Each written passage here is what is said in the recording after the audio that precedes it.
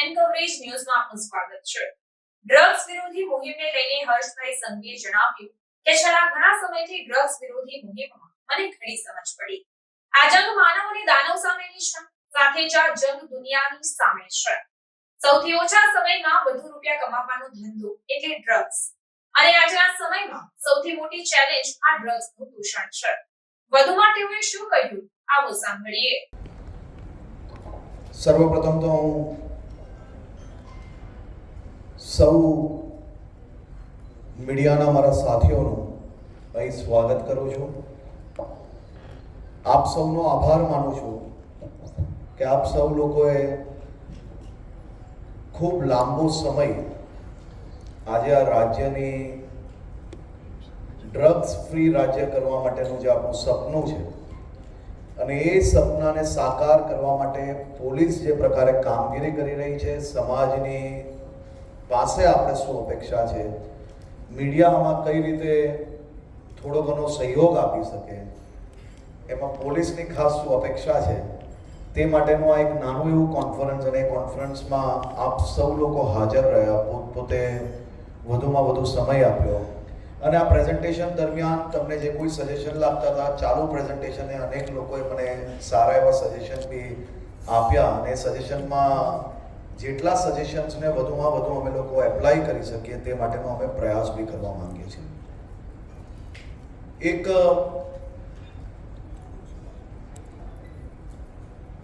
છેલ્લા ઘણા સમયથી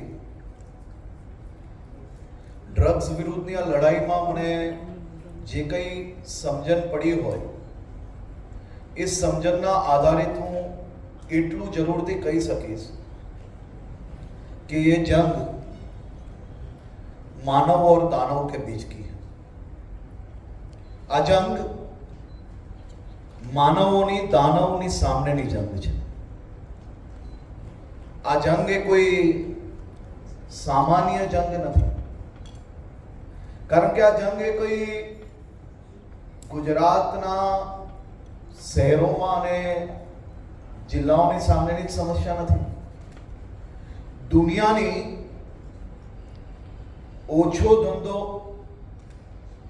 ઓછો સમય આપીને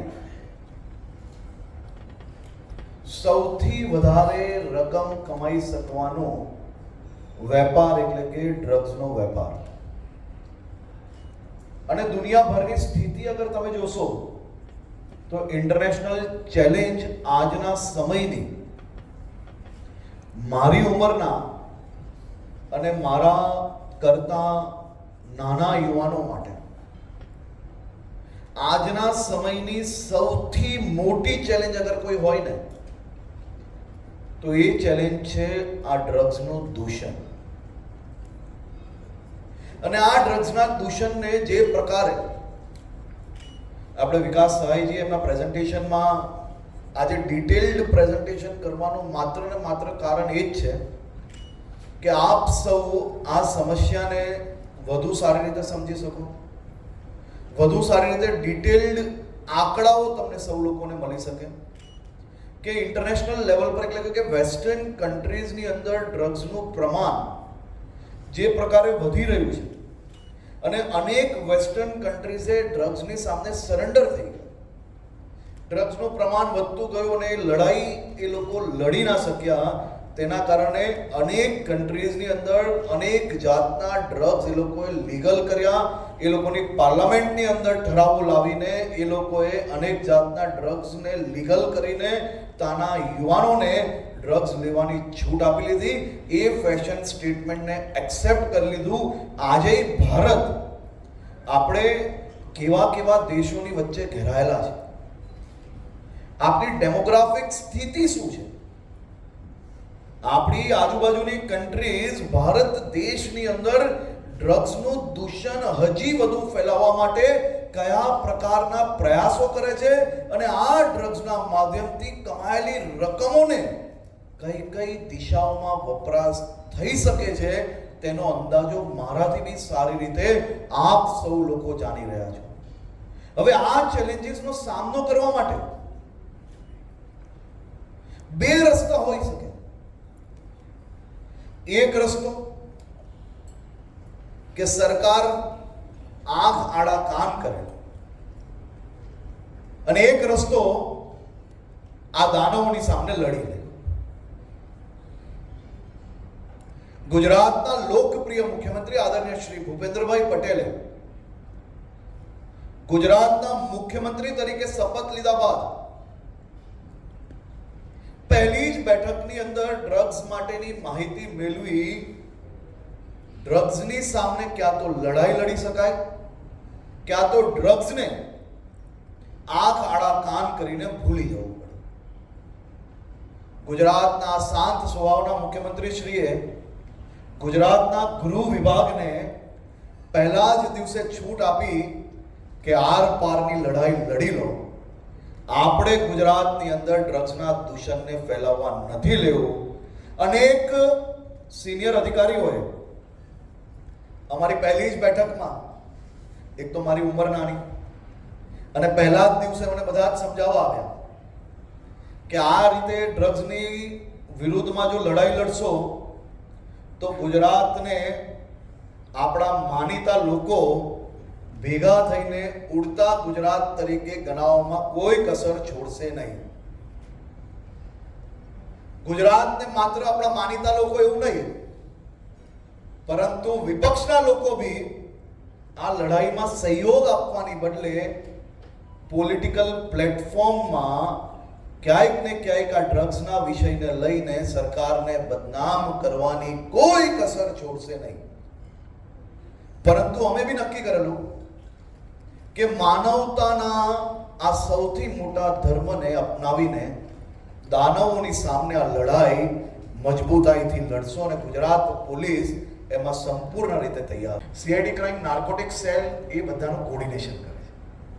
એટલે જરૂરી નથી બધા જ જે અમારા સેલ છે એ સેલ માત્ર ને માત્ર ગ્રાઉન્ડ ઝીરો પર કામ કરે. આપણે અલગ અલગ વ્યવસ્થાઓમાં અલગ અલગ એજન્સીસને જોડેલી છે.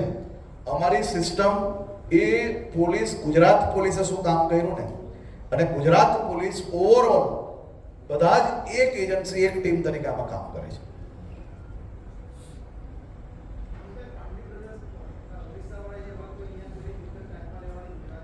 શું કેવું છે? એનું બી કામગીરી ચાલુ જ છે. મિલકત તો ટાંચમાં જવાની જ છે. હા, એટલે એની બી કામગીરી આમાં ટોપ ટુ બોટમ ને બોટમ ટુ ટોપની માહિતી એટલે શું, એની સંપૂર્ણ પ્રોસિજર હોય છે અને પ્રોસિજરના માધ્યમથી આ કામગીરી થતી હોય છે. પ્રોસિજર જેમ ઓડિશાની પૂર્ણ થઈ છે એવા બીજા 20-22 કેસમાં ગુજરાતમાં ચાલુ છે અને એ કેસીસની અંદર બી આપણે સફળતા પ્રાપ્ત થશે જરૂરથી. કોણ વધારે વલ્નરેબલ છે એની પેટર્ન છે આપણી પાસે કે કોણ વિક્ટિમ બની શકે? સી વિક્ટિમ્સ આની અંદર તમે સૌ લોકો સાંભળ્યું હશે કે સ્કૂલના બાળકો, તો સ્કૂલના બાળકો તમને ખ્યાલ હશે કોરસ, તમે બધા જ સાંભળ્યું હશે. એટલે કોઈ બી ઇવન છે ને, હું જ્યારે નાનો હતો, હું મારી જ કિસ્સાની તમને વાત કરું છું, દેશભરમાં દુનિયાભરમાં વેપાર જોડે જોડાયેલો હતો તો જવાનું થતું હતું. અને ફેશન સ્ટેટમેન્ટ અને દુનિયામાં તમે જ્યાં જ્યાં ફરતા હો, લોકોને જોતા હો, અને એક્સેસિબિલિટી જે રીતે વધી છે આપણી સોશિયલ મીડિયાની અંદર, એ રીતે લોકો વધારે જોતા હોય. હું દુનિયાભરમાં મારો પ્રવાસ થતો હતો ત્યારે, અને ધીરે ધીરે કરીને મને ના અંદાજો આવ્યો કે હું ક્યારે સિગરેટ પીતો થઈ ગયો, હું ક્યારે દલદલમાં ફસાઈ ગયો. ને દલદલમાંથી બહાર નીકળતા મને બહુ ખૂબ મહેનત કરવી પડી. એટલે મને આ પેન ખબર છે. એટલા માટે મારી આ લડાઈ ખાલી માત્ર ગૃહમંત્રી તરીકે નહીં, પણ મારી આ પર્સનલ લડાઈ છે કે હું મારા, જેમ હું સિગરેટમાં ફસાઈ ગયેલો હતો એમ મારા રાજ્યનો બીજો કોઈ યુવાન આવા કોઈ દૂષણની અંદર ના ફસાઈ જાય.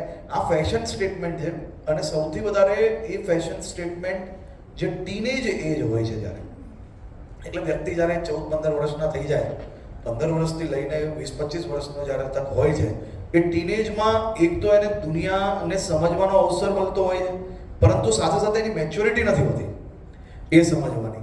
તો એ એજ ગેપની અંદર આ ભૂલો સૌથી વધારે બાળકોથી થતી હોય છે એવું મારું માનવું છે. અમે ઘણા બધા પેરેન્ટ્સને બોલાવ્યા છે. ઘણા બધા પેરેન્ટ્સને અમદાવાદ શહેર કમિશનર બી મળ્યા, સુરત શહેર કમિશનર બી મળ્યા. એ પેરેન્ટ્સને બોલાવીને અમે શું પ્રયાસ કરીએ છીએ, એ પેરેન્ટ્સને બોલાવીને અમે એ બાળકોના નામ કેમ નથી જાહેર કરતા? કારણ કે એ બાળક કંઈ જાણી જોઈને આ દૂષણમાં નથી ફસાયો. એ બાળક ક્યાંક ને ક્યાંક આ દલદલમાં દુનિયાને જોતો જોતો ક્યાંક ને ક્યાંક આ સોશિયલ મીડિયાના ચક્કરમાં ક્યાંક ને ક્યાંક હિરોઇઝમના ચક્કરની અંદર આ દૂષણમાં ફસાઈ ગયો. અનેક પેરેન્ટ્સને બોલાવ્યા, ઘણા બધા પેરેન્ટ્સને તો હું બી મળ્યો, અને એમને જ્યારે માહિતી આપવા માટે બોલાવીએ છીએ ને ત્યારે તમામ લોકોને જે માહિતી આપીએ છીએ ને તો જરૂરી નથી કે એ લોકો પોલીસ એમને હેરાન કરવા માટે બોલાવે છે. એ લોકોને માહિતી એટલા માટે આપે છે કારણ કે એમનું બાળક જો આ દલદલમાં ફસાઈ જશે, અમે કંઈ જાહેર નથી કરતા, પણ જાહેર નહીં કરીએ અને એમને બી નહીં આપીએ તો એ બાળકને કઈ રીતે બહાર નીકાળશે. અને એ બાળકને જ્યારે બહાર નીકળવાના પ્રયત્ન કરીએ છીએ ને ત્યારે દરેક પેરેન્ટ્સ એટલો સપોર્ટ કરે એવું જરૂરી નથી.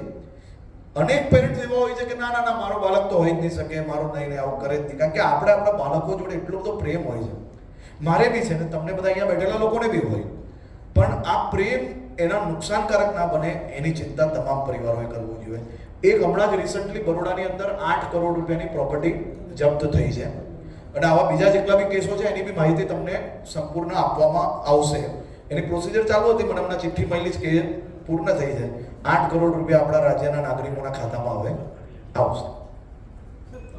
ડ્રગ્સના કેસને ફરિયાદમાં જે કરવાની હોય નાની પોલીસ લોકલ પોલીસ નાના નાના જે કેસ નથી કરતી, કારણ કે ફરિયાદની પ્રક્રિયા જે ખૂબ લેન્ધી હોય છે, તો એ આળસ અથવા તો પંચો ભેગા કરવાના પ્રત્યે લાંબી પડે. જો આ ડ્રગ્સની આ બહુ સારો પ્રશ્ન છે, તમે ક્રાઇમ રિપોર્ટિંગ કરો છો એટલે જ ખબર હશે.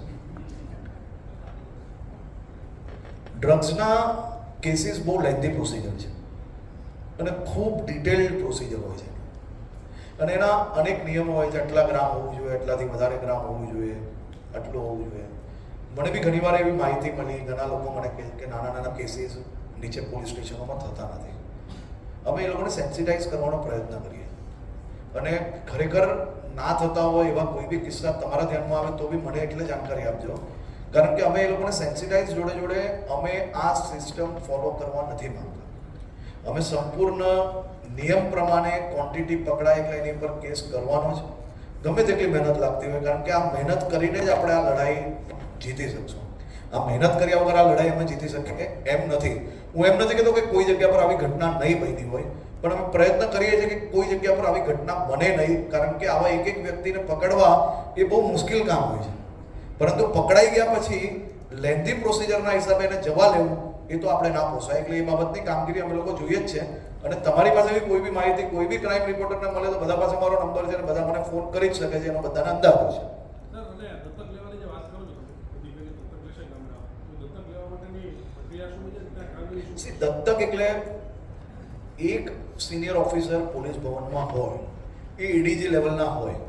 એ એડીજી લેવલના અધિકારી જ્યારે 2-3 દિવસ જિલ્લામાં જાય, કોલેજીસમાં જશે, અલગ અલગ પ્રવાસ કરશે, તો નીચે જે આખી સિસ્ટમ છે ને એની ગંભીરતાનો અંદાજો આવશે. એટલે માત્ર એસપી લેવલે આ પ્રોગ્રામ નહીં ચલાવવા માંગતા, એ અઠવાડિયે પોતે જેને જે જિલ્લો આપ્યો હશે એ એમના જ રેન્જ આવી તો પોતાનો રિવ્યુ લેશે, પરંતુ પોલીસ ભવનમાં બેસેલા અધિકારીઓ બી જે જિલ્લાઓ આપ્યા છે એનો રિવ્યુ ડાયરેક્ટ એટલા માટે લેશે કે એની ગંભીરતા નીચે સુધી વધે, તે માટે અમે આ પ્રોસિજર કરવાના છે.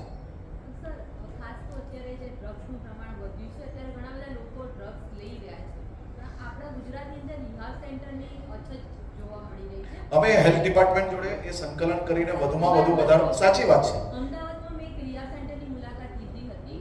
એમાં બેડ તો ઓછા જ હતા, પરંતુ વેટિંગમાં ઘણા બધા લોકો ઇન્ડિવિજ્યુઅલ કેસીસની વાત કરી છે, અને ડ્રગ્સના બંધાણીના જે એવરેજ નંબર્સ જે કેન્દ્ર સરકારની અમુક એજન્સીઝ દ્વારા બહાર પાડવામાં આવે છે એ પ્રેઝન્ટેશનની અંદર તમને જોડીને આપવામાં આવશે ઈમેલના માધ્યમથી. અમે લઈ લઈએ છીએ. એમડી ડ્રગ્સનું ચલણ શહેરમાં એટલે કે અમદાવાદ હોય, સુરત હોય, રાજકોટ હોય, વડોદરા હોય, અલગ અલગ જગ્યાએ વધ્યું છે એવા પરસેપ્શન મીડિયા પાસે આવતા હોય છે, એવું દેખાતું પણ હોય છે. આમાં એવું છે, પરસેપ્શન કઈ રીતે બિલ્ડ થાય છે એ આપણે સૌ લોકો ખૂબ સારી રીતે જાણીએ છીએ. જો ડ્રગ્સ ના પકડીએ ને તો એની ચર્ચા ના થાય. ડ્રગ્સ ના પકડીએ તો બીજા વિષયોની ચર્ચા હંમેશા ઓછી થતી હોય છે. તમે સૌ લોકો આ જ શહેરમાં મોટા થયા છો, આપણે સૌ લોકો સમાજની પરિસ્થિતિ જાણીએ છીએ, અને ડ્રગ્સ એ ફેશન સ્ટેટમેન્ટ ધીરે ધીરે વધતું જાય છે, જરૂરી છે, એ સાચી વાત છે. કારણ કે યુવાનોનું એક્સેસ એ સોશિયલ મીડિયાના કારણે દરેક વિષય જોડે ખૂબ ઝડપથી અને ખૂબ નાની ઉંમરે થઈ જતું હોય છે. તો આ એક મોટી ચેલેન્જ જરૂરી છે, પરંતુ આ વધી ગયું ને વેચાવા વધારે માન્યું, એ વાત એટલા માટે તમારા સૌના ધ્યાનની અંદર કે તમારા સૌના પરસેપ્શનની અંદર હોઈ શકે, કારણ કે આપણે દરરોજ એક ડ્રગ્સના ક્યાંક ને ક્યાંક પેડલરને પકડવાનું થતું હોય છે અને એના માધ્યમથી એક ન્યૂઝ લોકો વાંચતા હોય છે અને એના કારણે બી ઘણા લોકોનું પરસેપ્શન બદલાતું હોય છે. પણ વધ્યું હશે તો એને ઘટાડીશું, એની સામે લડશો. હું એમ નથી કહેતો કે નથી જ વધ્યું, ઘટાડી જ લીધું છે, અમે બંધ જ કરી લીધું છે અને આ બંધ કરવામાં આપણે સફળતા જ મળી ગઈ છે. પરંતુ જેટલી પોલીસની જવાબદારી છે, જેટલી સરકારની જવાબદારી છે, એટલી જ સમાજની, માતા પિતાની અને પ્રેસ મીડિયાની બી જવાબદારી છે કે આપણે સૌ લોકોએ આ ખાલી કાનૂની ગુનો નથી, આ સામાજિક દૂષણ બી એટલું જ મોટું છે. એટલે આપણે સૌએ સાથે મળીને લડવું પડશે. હું એમ કહું, મેં અનેક લોકોને સાંભળ્યા, તમારી ચેનલો પર ઘણા નેતાઓ બી બોલતા હોય છે, ઘણા ફ્રીલેન્સર્સ બી બોલતા હોય છે, અને મારા સ્વભાવ પ્રમાણે હું એ લોકોને ફોન કરીને પૂછું કે તમારી પાસે કોઈ માહિતી હોય તો જરૂરથી આપવી જોઈએ, તો અમે તાત્કાલિક એની ઉપર પગલાં ભરીએ. તમામ ના બહુ બધું વધી ગયું છે, એમ કે ચારે તરફ છે. મેં કીધું કંઈ વાંધો નહીં, તમે કોઈક માહિતી હોય તો જરૂરથી આપવી જોઈએ. હું એવું નથી કહેતો ક્યાંય નથી, ચારે તરફ નહીં હશે, પરંતુ તમારે બી એટલું પૂછવું જોઈએ કે બહુ વધી ગયું તો લાવો ને જરાક 2-4 માહિતી આપો ને. બહુ વધી ગયું નથી એવું બી નથી કહેતો, હું કોઈ ઓફિશિયલ સ્ટેટમેન્ટ નથી આપતો, પરંતુ એટલા માટે તમને કહું છું કે તમારી ચેનલો અને સોશિયલ મીડિયાના પ્લેટફોર્મ એ કોઈનું રાજનૈતિક પ્લેટફોર્મ નહીં બનવાનું. તમે એને માહિતી લો કે ભાઈ બહુ વધી ગયું, ચાલો હું બી માનું છું, ક્યાં ક્યાં વધ્યું છે જરાક માહિતી આપો. બહુ વધી ગયું તમે જ્યારે સ્ટેટમેન્ટ આપો છો તો 2, 5, 10 જગ્યા, હવે એ એકદમ કેવી રીતે હોઈ શકે કે આજના યુગમાં કોઈ દાઢીવાળો, કોઈ લાંબા વાળવાળો યુવાન એક સિગરેટ પીતો હોય તો એ દરેક વ્યક્તિ જો લાંબા વાળને દાઢી રાખે એનો મતલબ એવું નથી હોતું એ ડ્રગ્સ જ લે છે. આપ સૌ લોકોએ આ વસ્તુ ફેસ કરી હશે. એટલે મારું એ કહેવાનો મતલબ છે કે દરેક વ્યક્તિને દરેક જગ્યા પર આપણે માત્ર પરસેપ્શનના આધારે નક્કી ના કરવું જોઈએ.